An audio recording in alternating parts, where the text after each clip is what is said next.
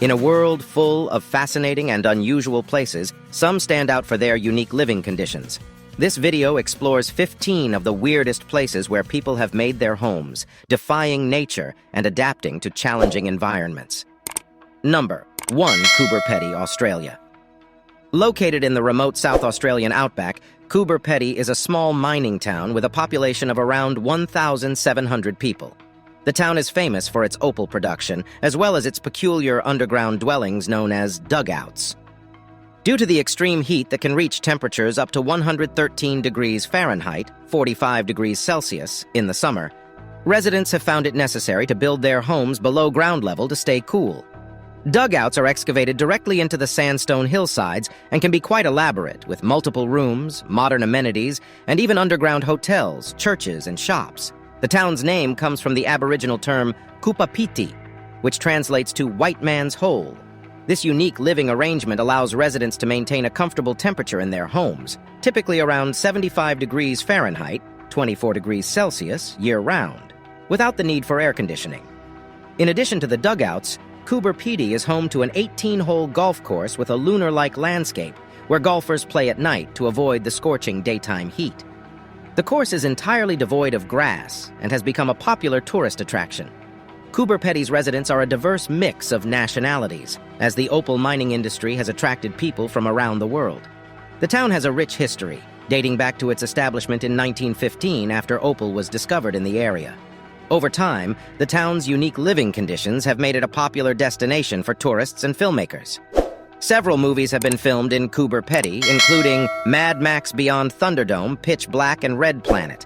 While Coober Pedy might not be the most conventional place to call home, its residents have embraced the unusual living conditions and turned them into an opportunity to thrive in the harsh Australian outback. With its underground homes, rich history, and thriving opal mining industry, Coober Pedy is truly one of the weirdest places in the world where people live. Number 2. Catski Pillar, Georgia. In the western part of Georgia, there stands a limestone monolith known as the Catski Pillar, which rises approximately 130 feet, 40 meters, above the surrounding landscape. At the top of this seemingly inaccessible pillar, a small church and the living quarters of a monk have been built, making it one of the most unusual places where someone lives. The Catski Pillar has been a site of religious significance since the 9th century, when a small church was first constructed atop the monolith. However, it wasn't until the 1990s that a Georgian monk named Maxim Kavtaradze decided to make the pillar his home, in an effort to live a life of solitude and prayer. To reach the top of the pillar, Maxim and visitors must climb a precarious metal ladder, which replaced an even more dangerous rope ladder that was originally used. Once at the top, the living quarters consist of a small cell for the monk, a chapel, a crypt, and a wine cellar. The space is so limited that there is no room for a bathroom or running water, forcing the monk to make the perilous climb down the ladder to access basic amenities. Maxim's dedication to his solitary and spiritual life on the Catski Pillar has drawn attention from both the local community and international visitors. Despite the challenges, he has managed to create a small garden at the base of the pillar and has been instrumental in the restoration of the church and other structures on the pillar. Number 3. Setenil de las Bodegas, Spain. Nestled within the Andalusian region of southern Spain is the unique town of Setenil de las Bodegas. Known for its peculiar architecture, the town features houses that have been built directly into the rocky cliffs. These dwellings are not only built against the cliffs, but some of them also have the natural rock formations serving as their ceilings and walls. The town's history dates back to prehistoric times, with evidence of human habitation in the caves as early as the Stone Age. However, it wasn't until the 12th century that Setenil de las Bodegas truly began to take shape as a town.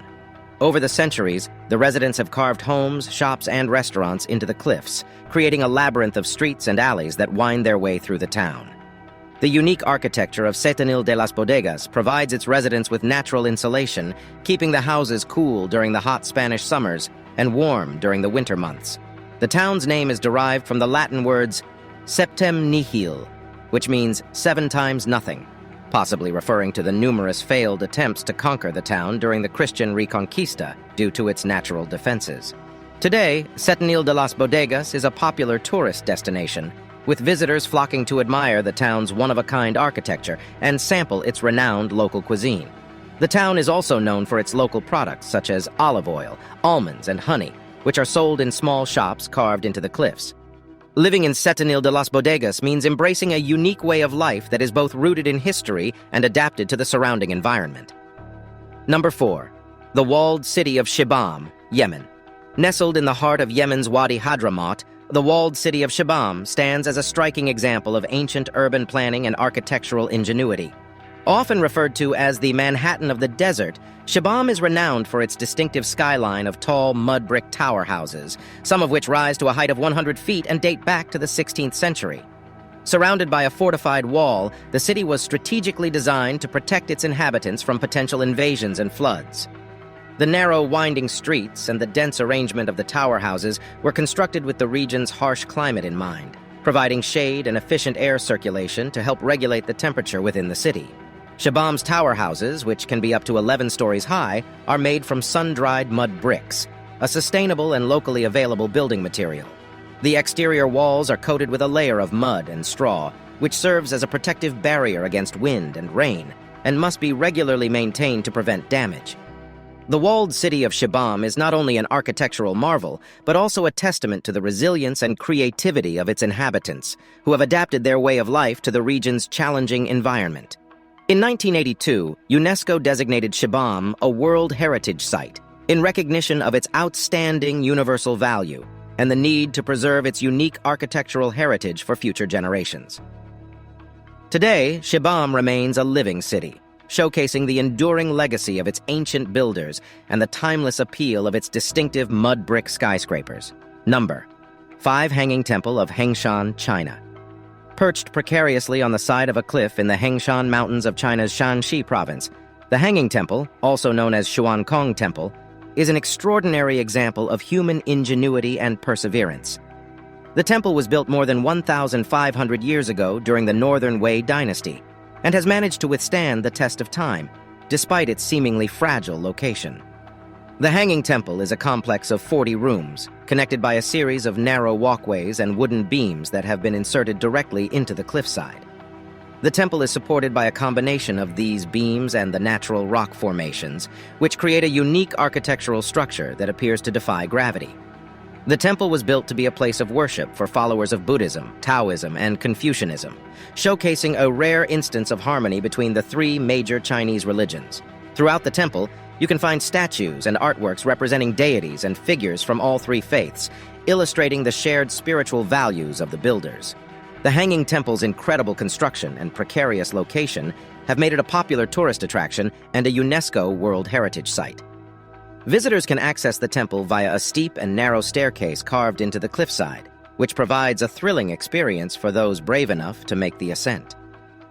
The Hanging Temple of Hengshan stands as a testament to the power of human faith and determination, defying the odds in one of the most unusual places people have chosen to live. Number 6. The Rock Houses of Guadix, Spain. In the province of Granada in southern Spain lies the town of Guadix, home to an extraordinary community of cave dwellings. These rock houses, or cuevas, are carved directly into the soft tufa rock that is abundant in the region. While the concept of living in caves may seem primitive, many of these dwellings are fully equipped with modern amenities, offering a unique combination of ancient architecture and contemporary comforts. The history of the rock houses in Guadix dates back to the Roman and Visigothic periods, with evidence of cave dwellings in the area from as early as the 8th century. Over the centuries, the inhabitants of Guadix have continued to expand and develop these unique homes, resulting in a thriving community of approximately 2,000 cave dwellers today. The rock houses provide natural insulation, maintaining a consistent temperature of around 65 degrees Fahrenheit, 18 degrees Celsius, throughout the year. This makes them energy efficient and eco-friendly, as the need for heating or air conditioning is minimal. Each cave dwelling is unique, with varying sizes, layouts, and decorative styles. Some even feature elaborate facades and outdoor terraces, offering a blend of traditional and modern architecture. Guadix's cave district, known as Barrio Santiago, has become a popular tourist attraction, with visitors eager to experience life in these unusual homes. Several cave hotels and guest houses are available for travelers looking to spend a night in this extraordinary environment. The town also hosts an annual festival, the Fiesta de las Cuevas, to celebrate the unique culture and history of the rock houses. Number 7. Meteora Monasteries, Greece. Meteora, located in central Greece, is home to a collection of 6 stunning monasteries built atop towering sandstone rock formations. These remarkable structures date back to the 14th century when monks sought refuge from invading Ottoman forces and chose to build their sanctuaries in these seemingly inaccessible locations. The monasteries were built using a combination of pulley systems and human strength, with materials painstakingly hauled up the steep cliffs. In the early days, the only access to the monasteries was via long wooden ladders or nets that were used to pull people and supplies up the rock faces. Today, modern staircases and pathways have been carved into the rock, making access somewhat easier for visitors and the remaining monks. Living in the Meteora monasteries requires dedication and commitment to a simple spiritual life. The monks and nuns who reside there focus on prayer, contemplation, and maintaining the monasteries. Their living quarters are modest, with basic amenities and small gardens for growing vegetables and herbs. In 1988, the Meteora monasteries were declared a UNESCO World Heritage Site in recognition of their cultural, historical, and architectural significance. Today, they remain a popular tourist destination, with visitors from around the world coming to marvel at the monastery's remarkable architecture and breathtaking views. The Meteora monasteries serve as a powerful reminder of the lengths to which humans will go in pursuit of spiritual solace and the incredible feats of engineering and determination that are possible when faith and devotion are the driving forces. Number 8. The Cliff Village of Bandiagra, Mali. The Bandiagra Escarpment, a vast sandstone cliff in Mali, West Africa, is home to the Dogon people, who have inhabited this region for centuries. Their cliffside dwellings, known as the Cliff Villages of Bandiagra, are a remarkable example of human adaptation to a challenging environment. The villages are built directly into the rock face, blending seamlessly with the natural surroundings and providing protection from both the elements and potential invaders. The Dogon people have developed a complex culture and society centered around their unique living conditions. Their homes, granaries, and communal buildings are constructed using mud and wood, with thatched roofs and intricate carved doors. The villages also feature sacred spaces, known as togunas, where elders gather to discuss important matters and resolve disputes. Access to the cliff villages is limited, with steep paths and ladders carved into the rock being the primary means of reaching the settlements. The Dogon people have managed to cultivate crops on the narrow terraces at the base of the cliffs, relying on an intimate knowledge of the local environment to grow millet, onions, and other vegetables. Their agricultural practices and religious beliefs are closely intertwined, with ceremonies and rituals held throughout the year to ensure a successful harvest. The Cliff Villages of Bandiagra are a UNESCO World Heritage Site, recognized for their cultural and architectural significance. However, the Dogon people's traditional way of life is under threat from the encroachment of modernity and the challenges of climate change. Efforts are being made to preserve the unique heritage of the Dogon and their remarkable cliffside homes. Number 9. Nagashima Island, Japan. Aogashima is a remote volcanic island located in the Philippine Sea, approximately 220 miles, 354 kilometers, south of Tokyo. The island, with its rugged landscape and unique double volcanic structure, is one of the most isolated inhabited places in Japan. The small village on Aogashima, home to around 160 people, is a testament to human resilience and adaptability in the face of a challenging environment. The island's residents live in the crater of the larger volcano, surrounded by steep cliffs and dense vegetation. Their homes are scattered across the village, connected by narrow paths and steep staircases. Life on Aogashima is simple, with residents relying on fishing, farming, and the limited resources available on the island. There is a small school, a post office, and a few shops, but the village remains largely disconnected from the outside world. Access to Aogashima is limited, with only a single helicopter flight and a cargo ship connecting the island to the mainland each week, weather permitting. The island's isolation has helped preserve its natural beauty and unique ecosystem, which includes several endemic species of plants and insects. Despite its isolation and challenging living conditions, Aogashima's residents have managed to create a close-knit, self-sufficient community that embraces the unique beauty of their volcanic island home. For those seeking solitude and an escape from the pressures of modern life, Aogashima offers a rare opportunity to experience life in one of the world's most unusual and remote inhabited locations. Number 10. Palafitos of Castro, Chile. In the Chiloé archipelago off the coast of southern Chile lies the city of Castro, known for its colorful wooden houses built on stilts, called palafitos. These unique dwellings are situated along the shores of the Gamboa River and the Chonchi coastline, and were originally designed to accommodate the region's dramatic tidal fluctuations, allowing residents to access their homes by boat during high tide. Palafitos are typically built using locally sourced timber and are elevated on wooden stilts or pilings, with each house connected to its neighbors via walkways or bridges. The houses are often brightly painted in a variety of colors, creating a vibrant and picturesque landscape along the waterfront. The interiors of the palafitos are cozy and practical, with wood-burning stoves providing warmth during the region's cool, damp winters. The tradition of building palafitos dates back to the 19th century, when the Chiloé archipelago was a hub of maritime activity, and the palafitos allowed fishermen to dock their boats directly beneath their homes. While modern transportation and infrastructure have diminished the practical need for these elevated dwellings, they remain an important part of Castro's cultural heritage and a draw for tourists visiting the area. Today, many palafitos have been converted into boutique hotels, guest houses, and restaurants, offering visitors a unique opportunity to experience life in these iconic stilt houses. The palafitos of Castro serve as a symbol of the region's rich history and the resilience of its inhabitants, who have adapted to their coastal environment in innovative and visually striking ways. Number 11, Slab City, USA. In the remote and arid Colorado desert of southeastern California lies Slab City, an off-the-grid community that has earned a reputation as the last free place in America. Originally the site of a World War II Marine training base, the area now known as Slab City is characterized by the concrete slabs that remain from the dismantled military buildings. Slab City has no formal government or infrastructure, and residents, often referred to as slabbers, live in a variety of makeshift homes, including RVs, trailers, tents, and other improvised structures. The community attracts a diverse group of people, including retirees, artists, drifters, and those seeking an alternative lifestyle away from the constraints of modern society. Living in Slab City requires a high degree of self-sufficiency, as there is no access to basic amenities such as running water, electricity, or sewage systems. Residents must rely on solar panels or generators for power, and water must be brought in from nearby towns. Despite these challenges, Slab City has developed a strong sense of community, with residents coming together to share resources and skills. While Slab City may not be for everyone, its residents have forged a unique and resilient community in the face of adversity, embodying the spirit of freedom and self-reliance that defines this unconventional settlement. The community serves as a reminder of the diverse ways in which people can choose to live, and the lengths they will go to create a space that reflects their values and beliefs. Number 12, Monsell Sea Forts, United Kingdom.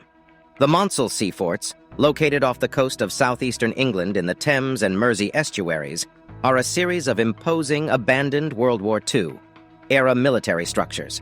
These forts were designed by British civil engineer Guy Monsell and were constructed between 1941 and 1942 as part of Britain's coastal defense system against German air and naval attacks.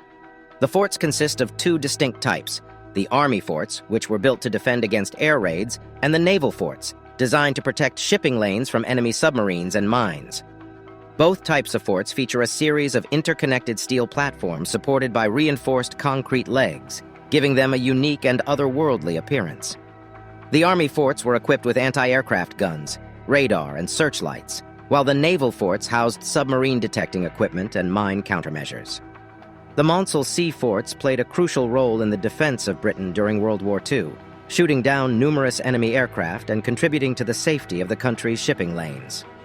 Following the end of the war, the forts were decommissioned and abandoned by the military, left to the mercy of the elements and the ravages of time. Today, the Monsell Sea Forts remain a fascinating testament to human ingenuity and resourcefulness in the face of adversity.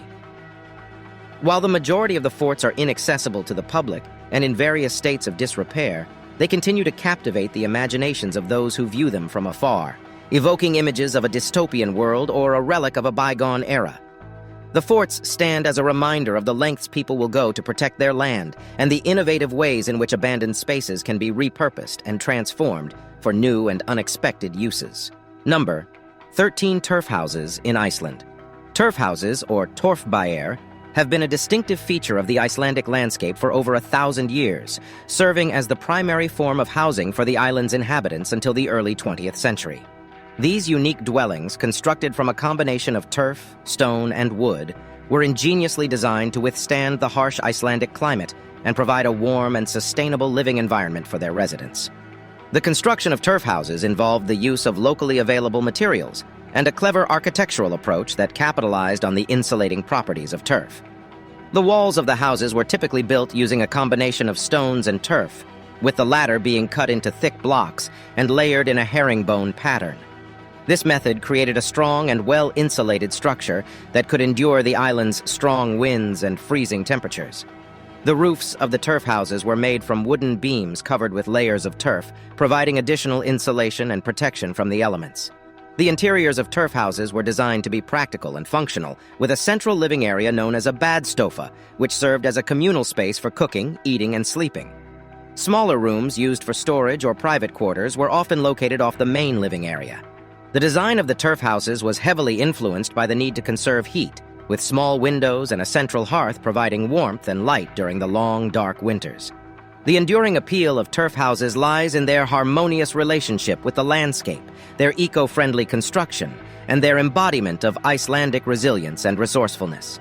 As interest in sustainable and traditional building methods continues to grow, the turf houses of Iceland stand as an inspiring example of a time-tested, environmentally friendly approach to housing that remains relevant in the modern age.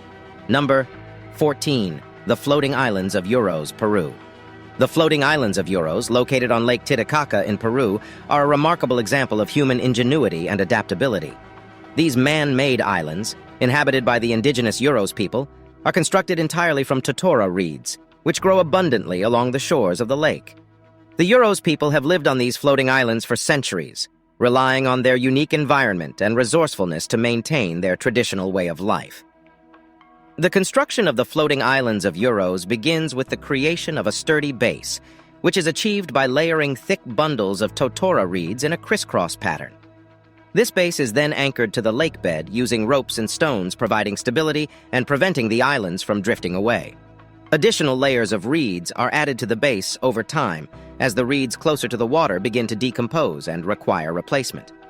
The end result is a buoyant and resilient surface that can support the weight of the island's inhabitants and their homes.